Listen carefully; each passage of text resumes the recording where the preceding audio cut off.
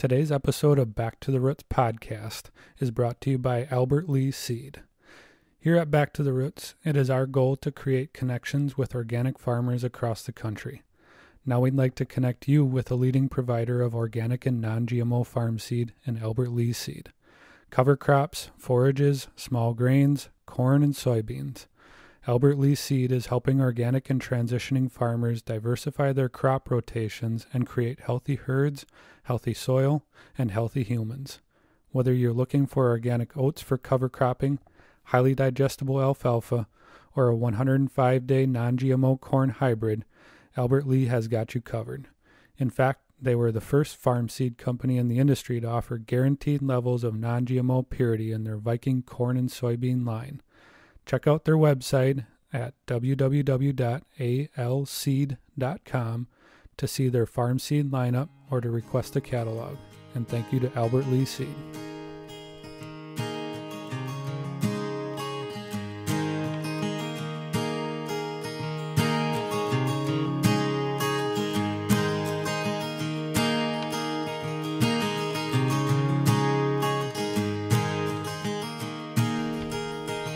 You're listening to Back to the Roots podcast. I'm Mike Klein, and along with Brian Wood, today we are joined by John Eim from Lancaster, Wisconsin. He is an organic dairy farmer, and we have an opportunity to sit down with him here while Brian and I are traveling in Wisconsin. So, John, thanks for being here with us. You're welcome. Thanks for having me. Can you give us a little bit of kind of the background of your farm up until today? You know, you went organic when and all that. Just kind of give us a snapshot of what your farm's like. Well, born and raised on the farm that I'm farming currently. So I grew up there, you know, all the years I lived there on the farm. And then in 2007, I moved back to Lancaster and started farming with Dad in 2008 as a employee and bought in 2009. Our hired man at the time in 2002 started certifying us organic, and so we got on the truck with Organic Valley in 2005. We started off with about 45 to 50 cows, and then in 2009 when I took over, the hired man had taken half the herd and built his own facility and moved off, so I started with Dad at 35 cows. And today we're milking about 120.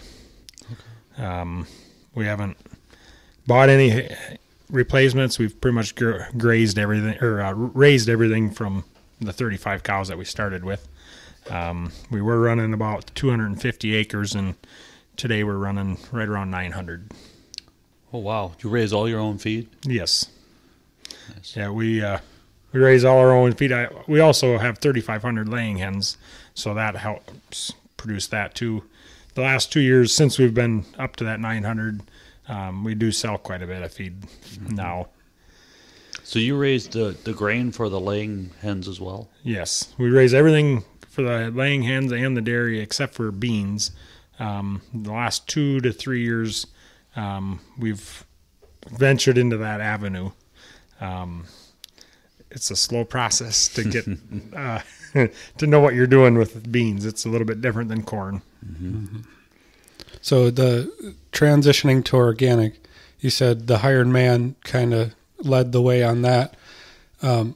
So was he interested and talked you guys into it, or did you know you wanted to take the farm that way and he just was the man that was doing the job at the time? Actually, no, I wanted to go in with my dad back in 98 when I graduated college.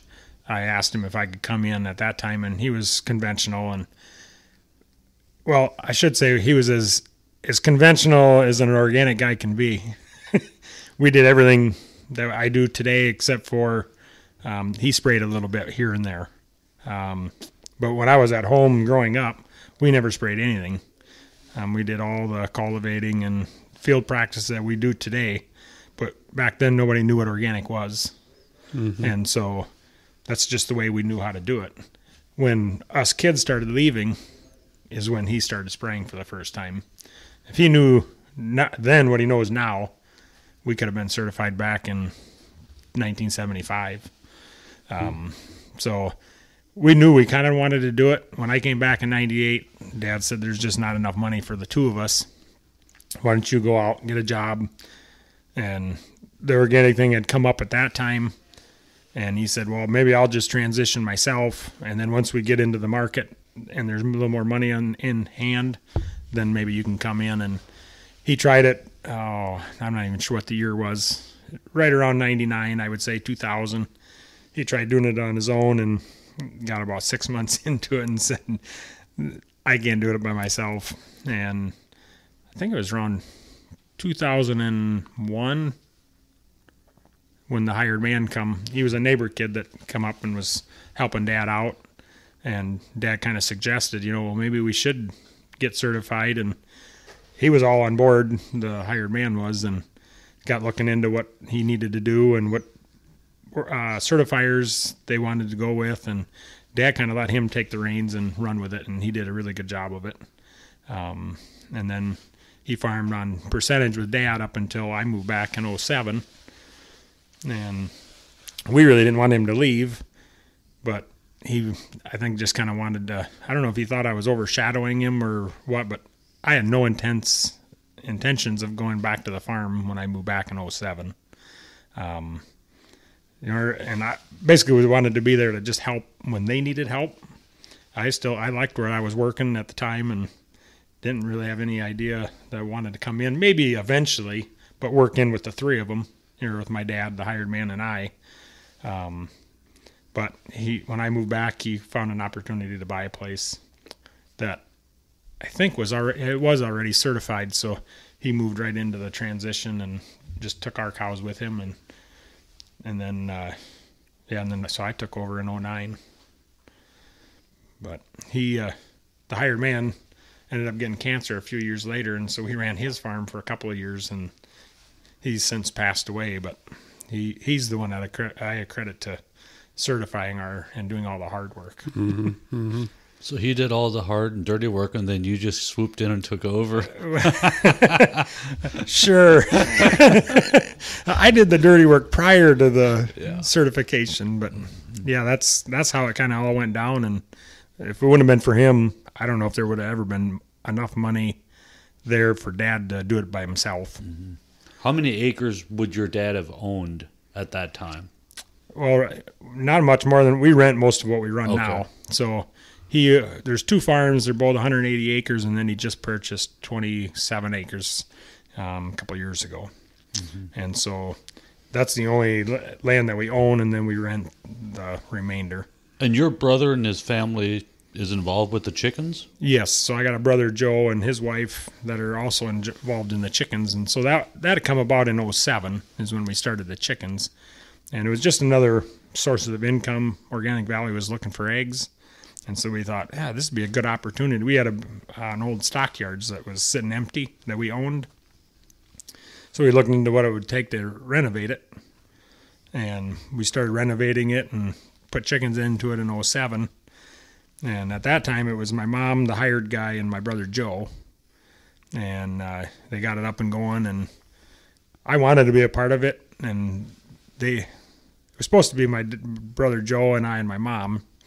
And since I wasn't close by, they thought, well, Josh is going to do all the work. He might as well be a part of it. So in 08, then I bought his shares to other chickens. Mm-hmm. And now this last year, we just bought Mom's shares out. So now it's just my brother and I. Mm-hmm. And your brother helps on the farm as well, or?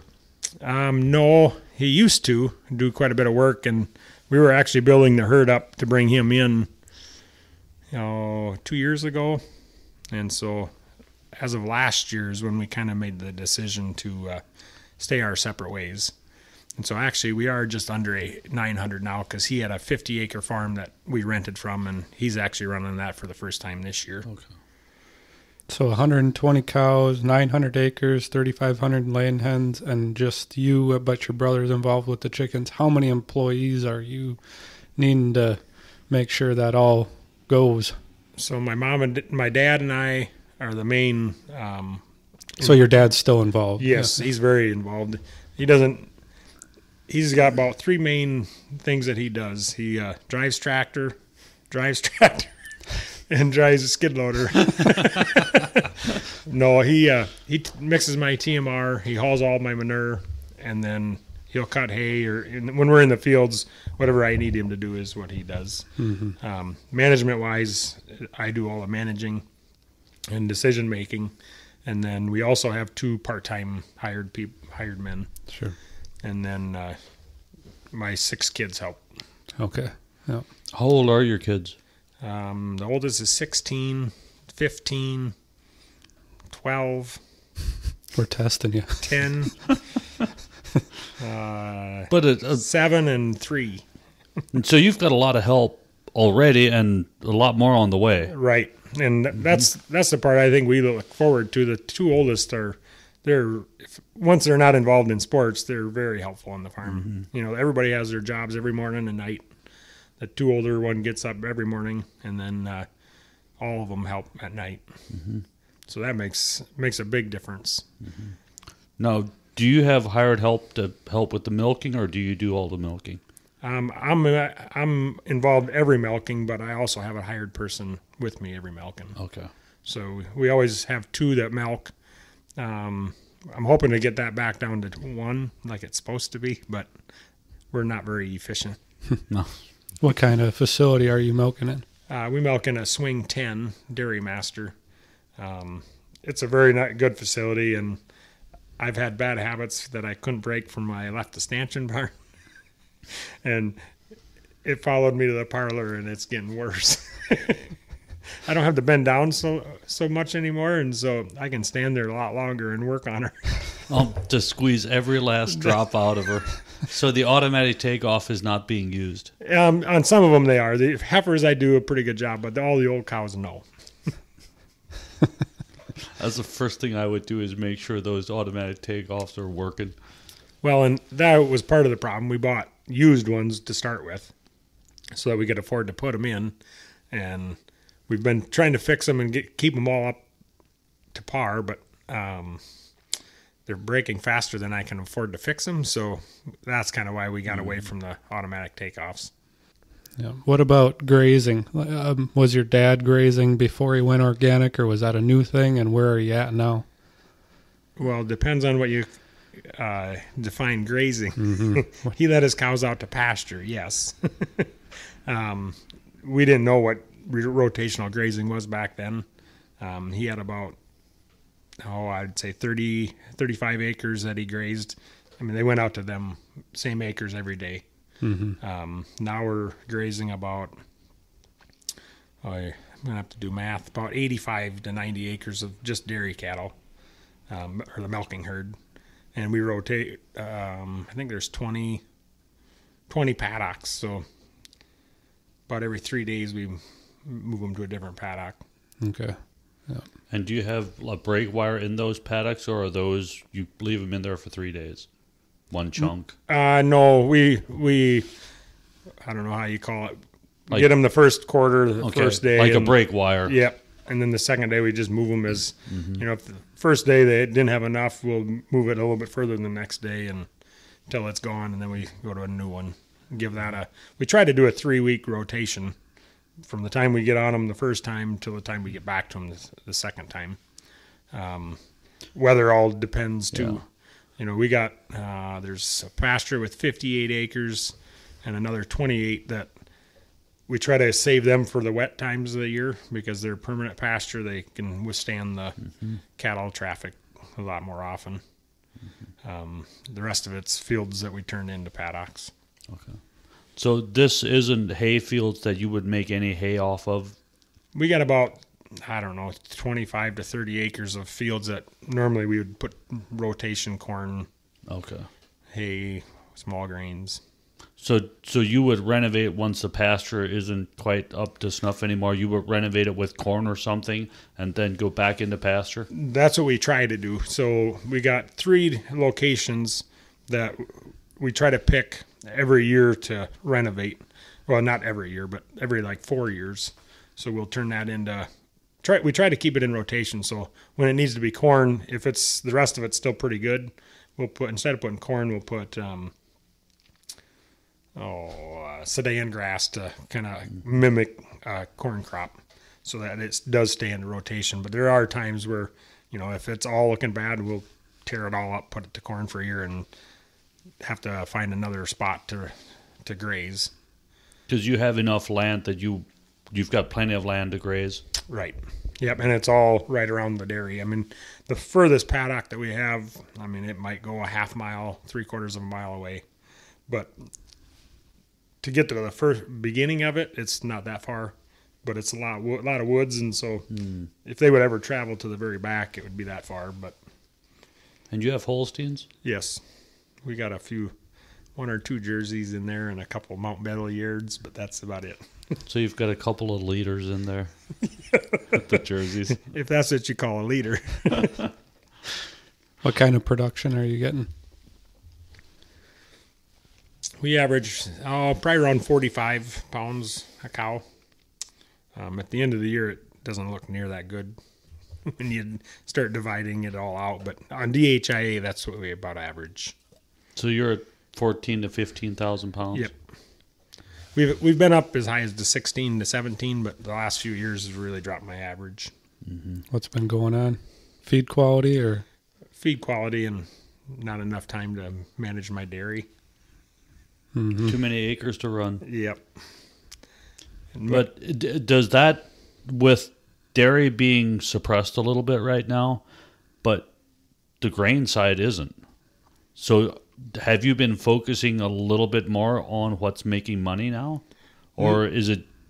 No, I try not to do that, only because you don't want to neglect one, and then when you need it, it's not there. Mm-hmm. And so I try to do a average job on everything. And the biggest reason we're running as many acres as we are is I do have a couple boys that are thinking about coming back.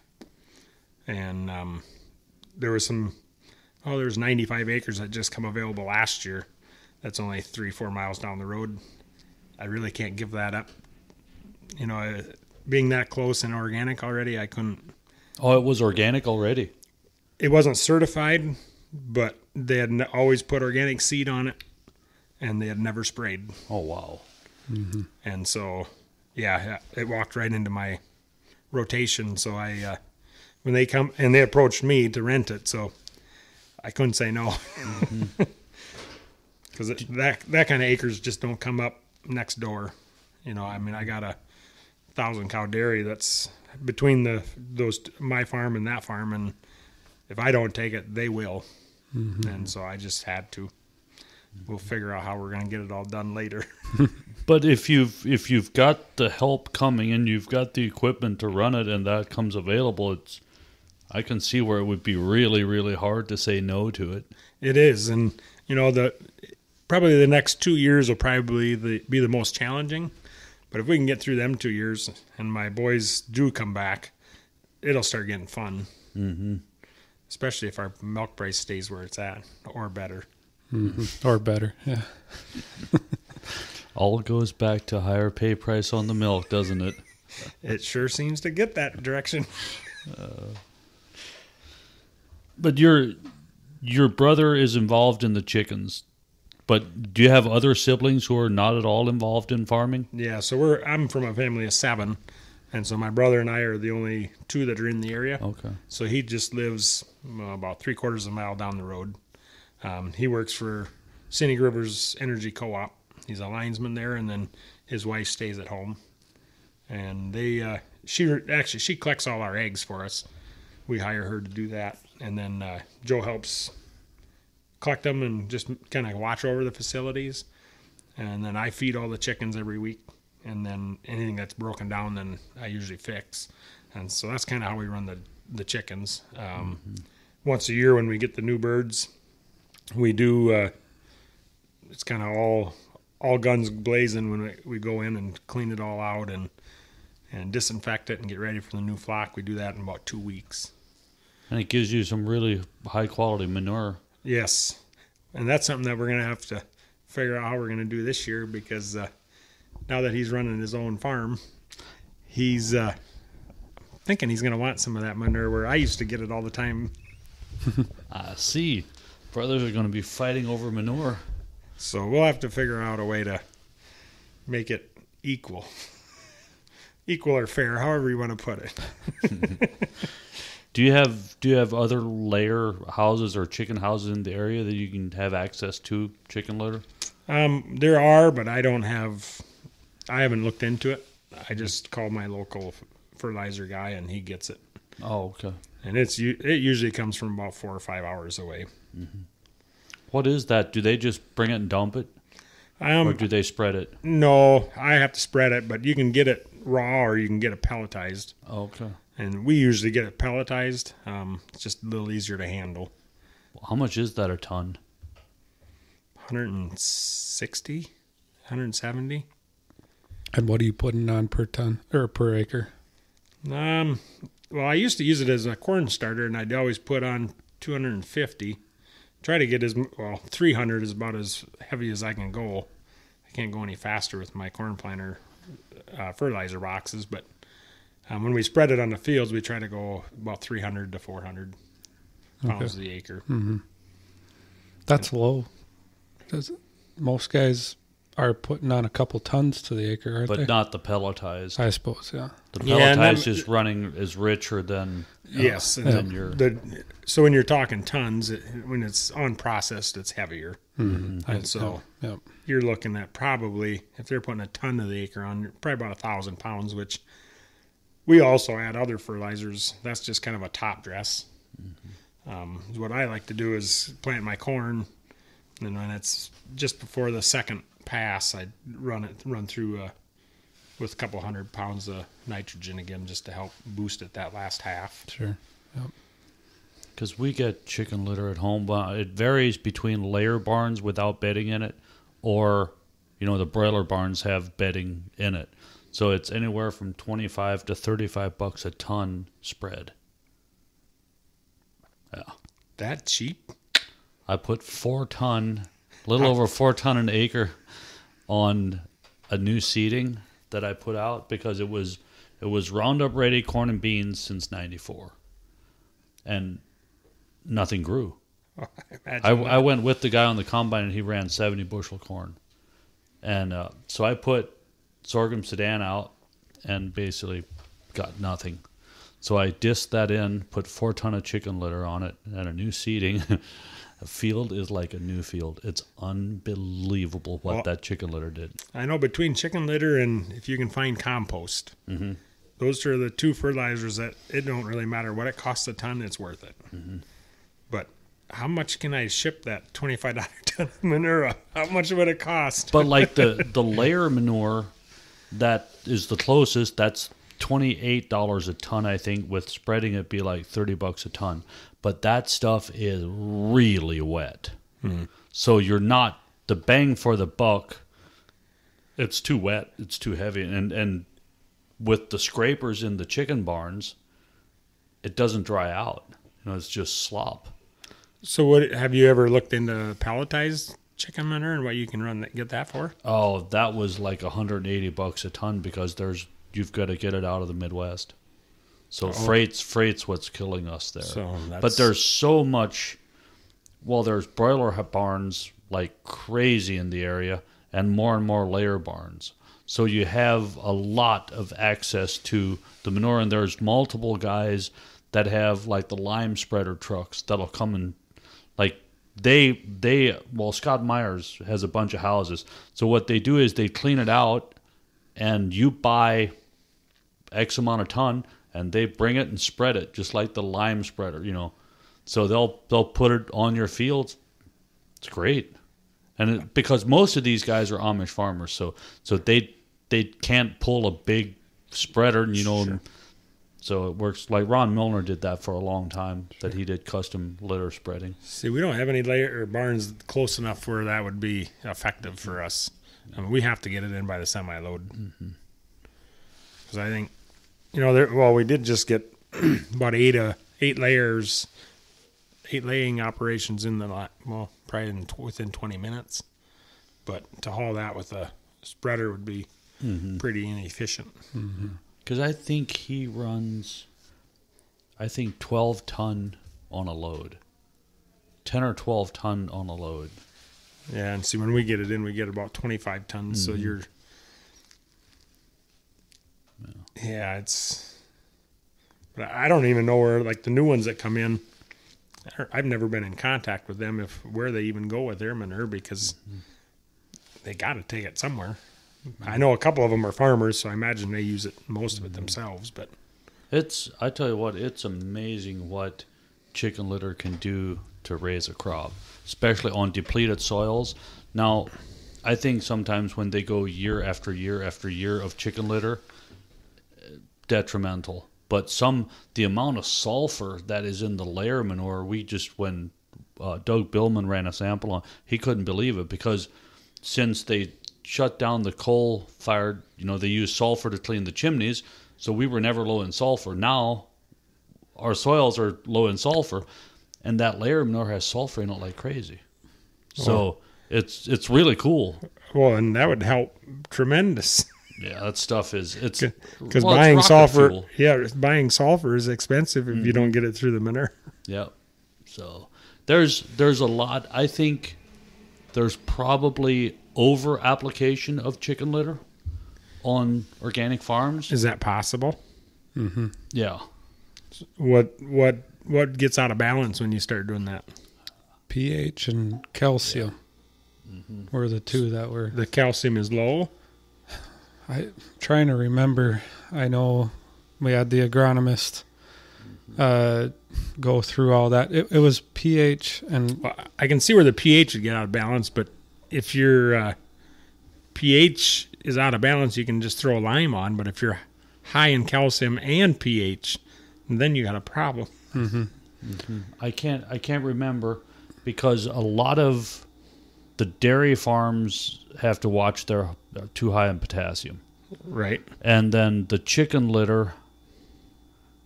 Oh, what did they say it was? I can't. Because I know our chicken litter is 433 is what it always comes back as a test. Okay. And so, I mean, boy, I'd have to put on a lot to. But what I really like is the guys who, what they'll do is they'll take their pen pack or whatever manure and compost a pile of chicken litter, and then combine the two when they load it on the spreader. I tell you what, that is some nice looking composted chicken litter and cow manure. Yeah, that would be a good combination. It's a really good combination, and then you still get that boost, but you're not overloading it with chicken litter, and you're getting more of the compost benefits from it. That would be a good way to do it. Mm-hmm. So do you guys have a lot of farms in your area that do liquid manure, or is it mainly bedding pack? We have a lot of freestalls, but because they're horse farmers, a lot of them, when they scrape, they'll actually mix sawdust in with the scrapings so it solidifies enough that they can haul it on a regular spreader. Because there's some guys that use a slinger spreader with horses, but man, that's heavy. So it takes even a small slinger spreader, it takes a lot of horses to pull. Right. So I would say majority if it's not pack, it's going to be solidified with sawdust. Now, the one problem we had this winter was sawdust was the price of gold. Mm-hmm. Right. Because all bedding was crazy. I know. Because you couldn't find it. It's a good thing I had a whole bunch of it. To sell. Yep. But did you? Do you still have any straw? No. Okay. Shoot, because I could sell you a couple loads right now in Ohio. I think I sold four semi-loads of straw and 3 semi-loads of, actually no, it was more like 100 bales of fodder. Do you normally bale your fodder? Only when someone asks for it. Okay. Big squares? No, rounds. Rounds? Yep. Yeah, we definitely saw that bedding was lacking this year with hygiene on cows. Mm-hmm. Well, I'll tell you what, good. It was a bad year for small grains last year, just all the way around. Mm-hmm. I normally combine 100 and right around 100 acres of small grain, and usually I have enough to fill my 3,500 bushel bin and sell a little bit here and there. Yeah, I got it 3/4 full. Ooh. My oats averaged, I don't know, 15 or 20. I didn't even really calculate because it was bad. It was so bad you didn't really want to know. I didn't want to know, right? Was it wet? No, it was. I mean, it looked good, but it was so light that it all blew out the back of my combine. Really?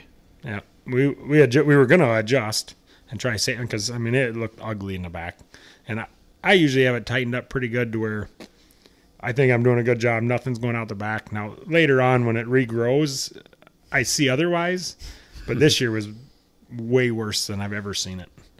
And so we were going to adjust, and Dad said, well, do we really want that white stuff to feed anyways? He has a good point. So I just left it blow out the back. And you had a cover crop. You were planting a cover crop? Nothing come up. Oh, really? Yeah. Stuff didn't, no germ or what? No. So normally you can see, right where your combine ass end is. And there was none of that this year. And I know I could see grain on the ground. But yeah, it just didn't germinate. So it was nothing. It was just soft, and I don't think it was worth even feeding. What was the conditions that Wet. just wet? Yeah. Do you feed a lot of oats to the dairy cows? Dairy cows don't get any, Okay. but I mix all my own calf feed, Oh. so that's where most of my oats goes. And then it also goes into the chicken ration. Oh, really? You put Yep. oats in the chicken ration? We try to do oats, wheat, and barley in the chicken ration, but I don't like having 3 small grains on hand, so we just do whatever I got. Do you see like the percentage of laying vary from one small grain to the other? No. No. Matter of fact, when I get my ration, they don't even specify anymore. I want 150 of this, 150 of that. It's 750 of small grain. So whatever you have on oats, barley, yep. or wheat. And so I only have one bin for small grain. So normally I used to do is just put my wheat in when I'm combining it, and then when I'm done with that, I put my oats right in with it. And when I open the hatch, Whatever comes out is what they get. And I just need 750 pounds of it. And you grind once a week for the chickens, or? Yep, once a week, a 3-ton mix.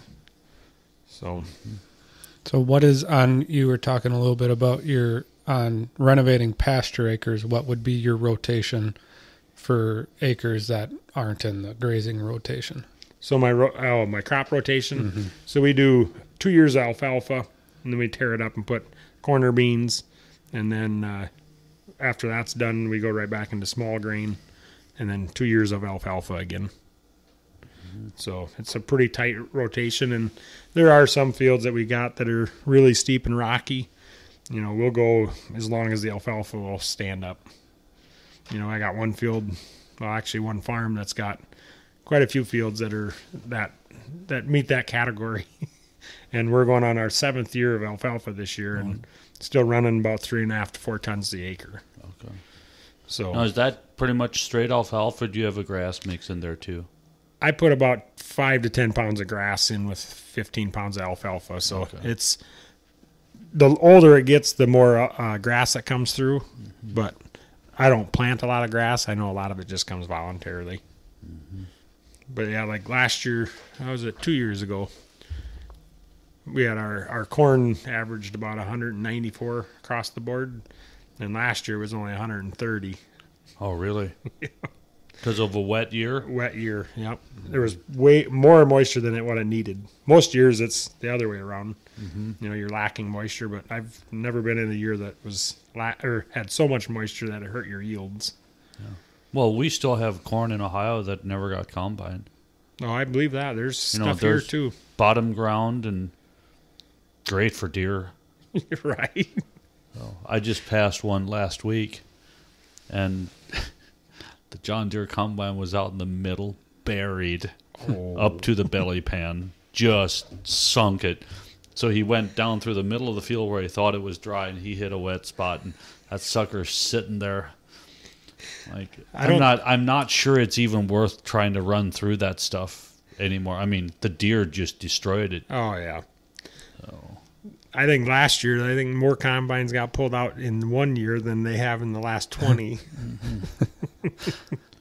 Yeah. We actually had a farmer in there that was baling his corn fodder about 2 weeks ago. Said it was the first time it was dry. Yep. And he said he doesn't like to do it, but he was out of bedding, and the neighbor needed bedding, so he went out and baled it. Yep. Well, It's bad when you see the guys getting ready to go combine and they're automatically hooking cables and chains up underneath because they know it's not if they're going to get stuck, it's when they're going to get stuck. And then if they don't get stuck, you have those ruts where the combine went through the field. You saw it especially in beans this year. Yep. Just, it's so hard on your field. But what do you do? Well, and I know 2 guys that ended up putting tracks on their combine this year. They didn't know how else they were going to get it all combined. But if it wouldn't have been for the tracks, they wouldn't have got it combined. Those aren't cheap. No. I hope they had a lot of custom work that helped pay for it. Yeah. Because I'm pretty sure the corn prices didn't pay for it. Mm-hmm. Do you think going, looking at the future, are you pretty confident that your kids will want to continue the farm for the next generation? I mean, are they showing? I realize they're young and, their interests will change 100 times between now and when they're ready. But I got one of them for sure that I just about guarantee he'll come back as long as he's managing the crop side of things, which that would be great. Mm-hmm. As long as they want to manage one part of it, so I don't have to manage both of them. But the one seems really interested. The other one, actually, he's a senior. He'll be a senior next year.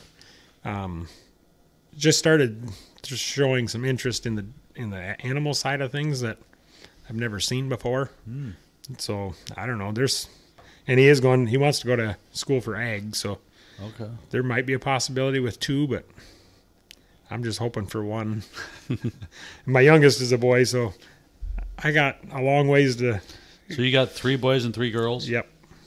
So are the first 2 boys? Yep. First 2 boys and then 3 girls and then the youngest is a boy. So I still got 6 options, so we're good. But you got to manage from here until then, yes. You got to try to survive until then. And survive is, I think, what it's coming down to. Mm-hmm. But it's amazing when you have a farm kid on a piece of equipment at 16 years old. Okay, 16 years old for a farm kid on equipment is like a non-farm kid that's 30. Right. As when it comes to, because I remember when I was 8 years old, I would load the manure spreader with the old Melrose Bobcat, the variable speed, where we loaded on an incline, and it's not like hydrostat where you just hold it. Like you had to go up and then ride the levers so you wouldn't roll back down or go over the edge. Couldn't push the pedals, had to stomp to get the... But you was a farm kid. Yep. Oh, I remember we started learning how to drive skid loader when we were 4 and 5. Mm-hmm. Now, granted, I was out just in the field picking up rock. Mm-hmm. Here, jump in there and just move it forward. That's all I had to do is drive it forward. But kids nowadays, well, I didn't start my kids until they were 5 or 6. I didn't. Well, 1, I think the equipment's a lot bigger today than it was then. But I didn't trust my kids at 4 or 5 years old. But I think the one thing that I see as a very positive thing is so many more tractors have a cab on it where it's safer for kids. Because when you look at like an old 806 International or something with a platform that's about 2 foot square and you're straight down inside the wheel on either side. I mean, narrow front, tricycle front with, I mean, you're just asking for a kid to fall off and get run over. Right. And so that's one thing that I really see that's a positive for a kid to, be able to run equipment. Like you're in a tractor and, well, if you have auto steer, really, you don't even have to be. You could stick a monkey in there. I know. Right? So do you have like GPS and stuff on your equipment? No, not yet. But that's one of the things that we've been seriously considering is not so much the auto steer, but just GPS on planting, getting your auto shutoffs and stuff on your corn planters, and then GPS on spreading fertilizers. That, you're just guessing. That looks like a 40-foot swath. I'm actually selling I just had the Easy Guide 250, which is the very simple, shows you set your width, and it gives you the light bars to show if you're on track or not. Yep. But I tell you what, I used it for foliar spraying. Right. I mean, it didn't matter if it was dark or what. I mean, it was within an inch, and it was really, you thought you knew how wide 60 feet was. Oh, absolutely. And you drove, and then once you got that thing, you're like, ooh, I wasn't that close. Yeah, exactly. So, but Yeah, it's really, especially for like a grain drill, if you have a wide grain drill, be really, really slick. Even if you don't have auto steer. right. But because I had it on the Gator, and then I was going to put a frost seeder on the front of the Gator, and then you can just set the width and Just go. perfect. Yeah. See, that was my cousin. He put on GPS on his corn planter for the first time, and I started hiring him to do my narrow row corn and beans. And this year I ran his corn planter for the first time, and it's amazing how, when the FSA map shows that it's 10 acres, well, my corn planter would show 9 one year and 11 the next, and his GPS was within points of being a right on. Mm-hmm. That's really nice when you're renting. Yeah. Because they say, oh, it's 105 acres. Well, I only planted 95. Mm-hmm. So there's and there's brush that creeps in, trees that creep in. GPS is pretty well on. I've really noticed that, it's a 10-acre field. And when you run the field with the GPS on it, it used to be 10 acres. There's almost an acre of fence rows creeping out, so you're only utilizing 9.25 or whatever acres on it. Well, and so most of the time GPS is when they do the new maps, they show the lines of what's there or what was there.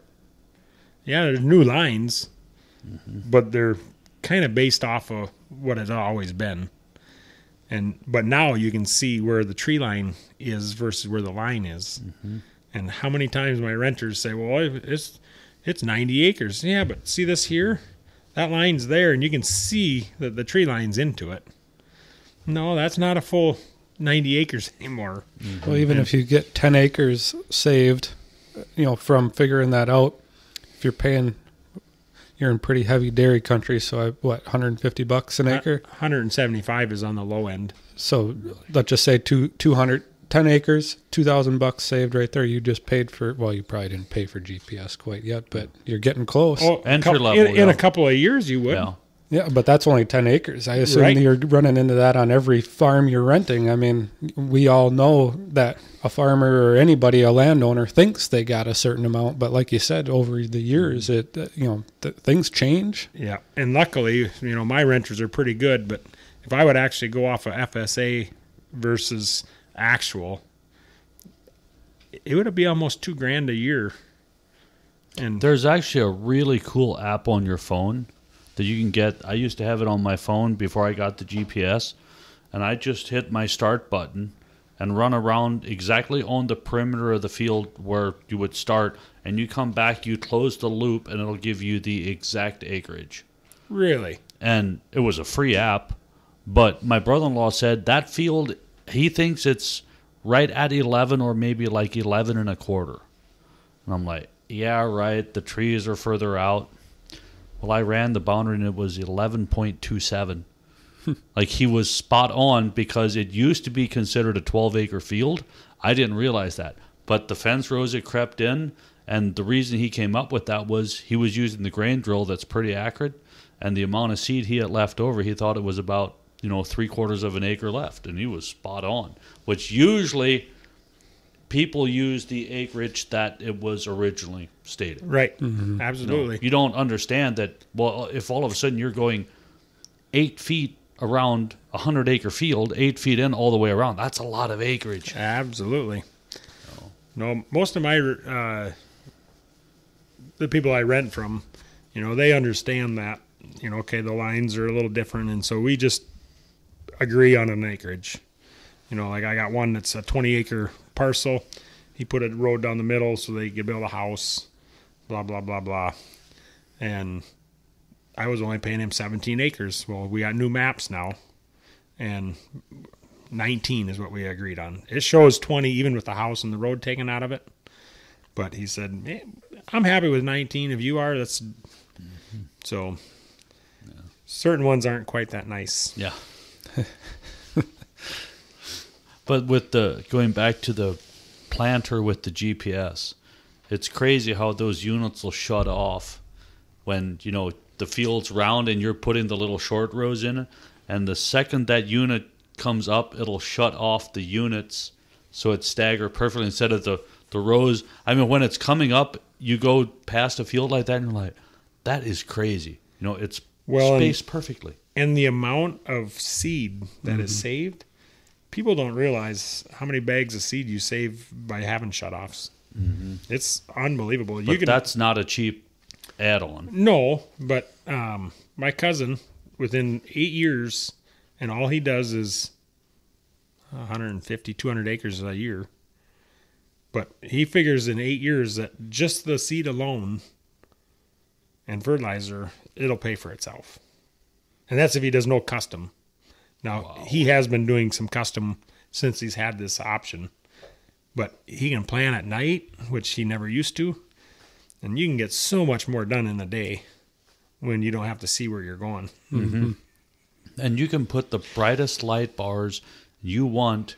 When it's dark, you just can't see that well. But with the GPS, it doesn't matter. You drop her in and you play on your phone. If you have auto steer, you play on your phone until it beeps at the other end and you turn around and drop her back in. I don't get paid enough for that. I'm not sure anybody gets But one of the enough things, to do though, that. that we did find out about GPS, there are some glitches in it. Oh, oops.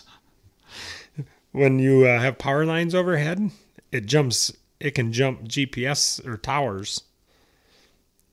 And we planted a field, of course, it had to be right along the main highway. It started going around. I planted the outside round. I come back, second row in. For some reason, the rows 5 and 6 were not planting. No, 5 and 6 were planting. 1, 2, 3, and 4 were not. Got on the other side of the power lines. It flip-flopped. 1 and 2 started planting. 3, 4, and 5 and 6 quit. Did you plant the whole field like that, or nope? It was just that one row. It was just that one row. Pass. And I couldn't believe. We started cultivating, and I'm like, "What the heck?" So I showed my cousin because I was running it for him that day, and he comes in. He's like, "It had to have been the power lines. It jumped from one to the other, and then once you got past that, everything else was fine." Mm-hmm. But I couldn't believe that. Talk about make you sick. It was a pretty decent length. Oh, and you didn't notice it till you went in to cultivate. Well, I noticed it when it started coming up, but by that time it's too late. Too late. Oof. In the normally if there's seeds not flowing and it's supposed to be, it'll beep at you and say, "Hey, stop! Something's not right." Well, when the GPS is telling you it's already planted, it just shuts it off. Mm-hmm. Everything working good except for when it wasn't planted. Nothing more frustrating than something really neat that doesn't work. Right? So what about weed control? You're running that many acres. What are you doing for weed control? How many acres of corn did you say you're growing in a year? About 135 acres of corn and about 30, this last year was about 30 acres of beans. And then how many of small grain? About 100, and then the remainders in hay. Yep. What are you doing for weed control? So in an ideal year, I like to do fall tillage and then come back around April 20th, right around in the middle of April. Till it one time in the spring, 10 days later, till it again. 10 days later after that, till it and plant it. 3 days after I plant, it'll just start spiking, harrow it. And then after it gets 2-3 leaves, depending on what you get, what kind of cultivator you got, but we can usually get in about 3 leaves and go at a decent rate of speed, but then we cultivate it twice. So we go through the first pass when it's 3-4 leaves, and then try hitting it. I don't know. It all depends on how the weeds are growing, but 6-8 inches, maybe even 10 inches, then you can go pretty quick and throw the dirt underneath. That's an ideal year, and I get usually really good results with that. What are you using for tillage? So we chisel plow in the fall, and then chisel plow usually the first time in the spring, just in case there was stuff that didn't quite get cut off. And then we soil finish the second time, and then either soil finish and disc, or just disc it the third time. It all depends on what's coming back or how many weeds are out there. But soil finishing and disking, and then plant. What about beans in your trial or your experimental stage here? So this last year was the first year we did beans on sod. Awesome. Yep. I averaged 42 bushels of beans this year, and if I keep doing that, I'm gonna grow a few more beans. But years past, I've always done like beans after corn, and anytime I do either corn on corn or beans on corn, I just have a hard time controlling weeds that second year. And so now that I have a few more acres that I can spare, I guess to say, I'd really like to put beans and corn on sod if it works out. Can you set up your rotation to be able to do that? I don't know. This is only the second year I ran this many acres, so Sure. We're hoping. The one farm that I said so steep, it kind of throws a wrench into things because the years that I need them acres for corn, I really can't, and so then that's when I have to double up on a few acres of corn on corn or beans on beans. Do you take off corn silage? Yeah, we usually do about,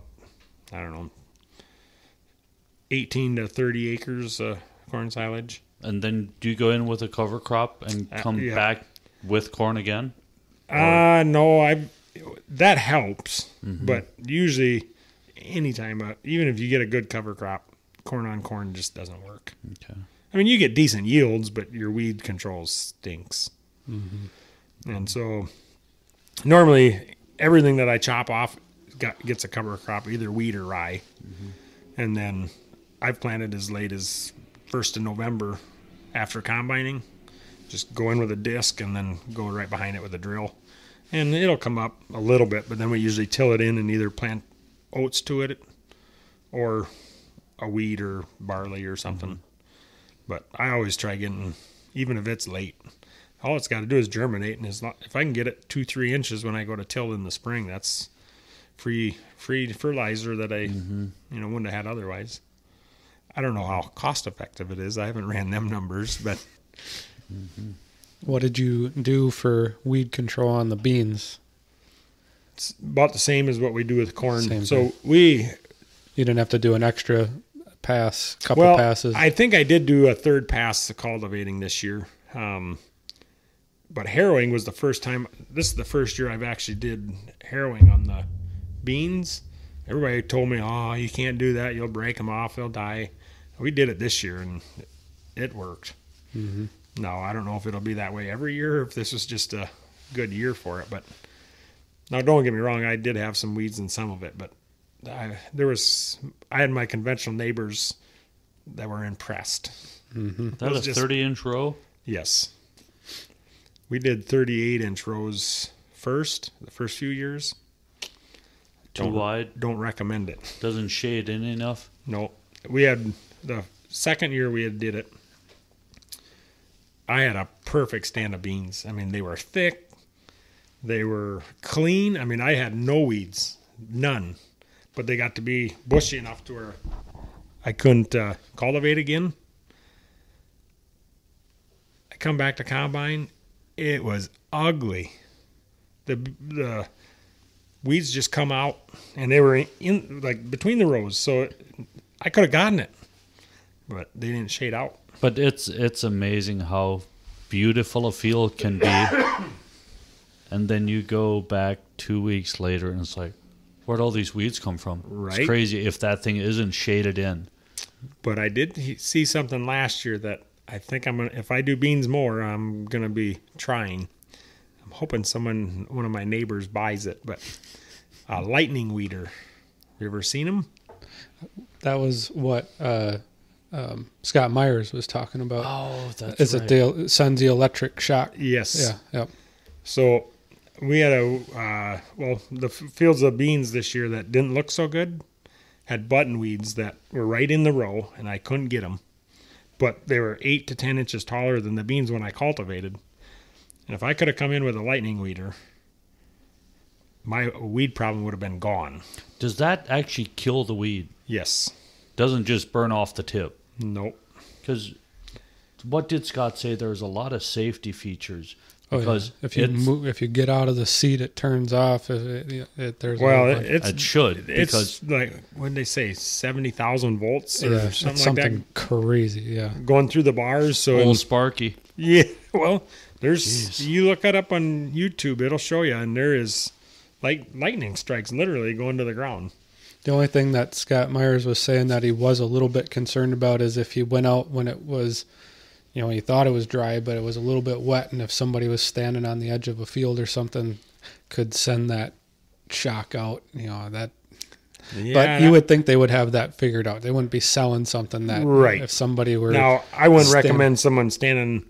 Well, I mean, we went on a field day though, and everybody's standing within 25 or 30 feet, and Well, it would be watching. so spread out that it would be, I don't know, would you call it diluted by the time it, I don't know. I don't like electric fence, much less a friggin' weeder like that. It's going to fry me.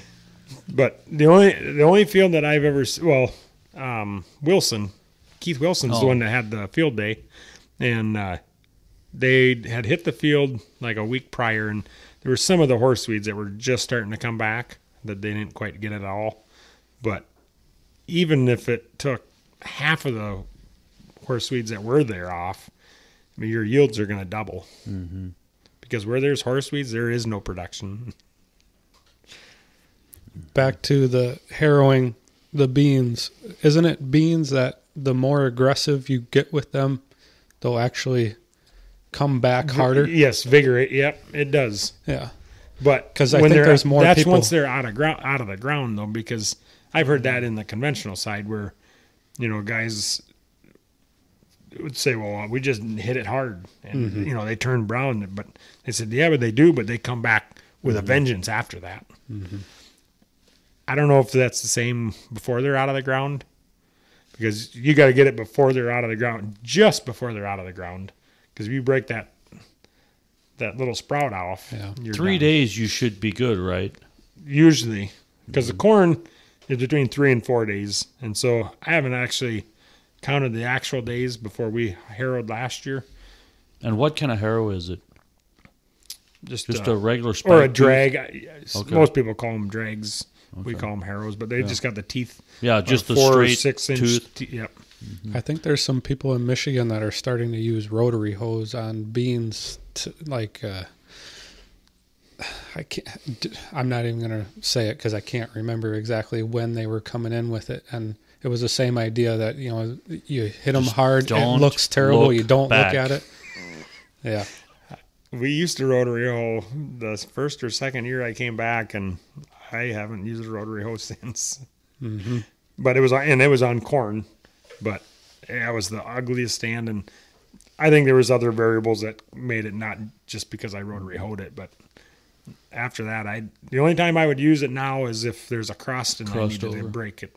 I would much rather use a tine weeder than a rotary hoe. I really like the tine weeders. So there's a few guys in our area that are starting to swear by the tine weeders, and I've watched a few of them, and it's pretty impressive. What I would want is the tine weeder, and then you mount that air seeder on top, and you go into pasture fields, and you run that tine weeder through, and it removes all the thatch and everything, scratches up the soil a little bit, and that air seeder will blast grass seed or whatever you want down in. It's, well, in Europe you see that a lot.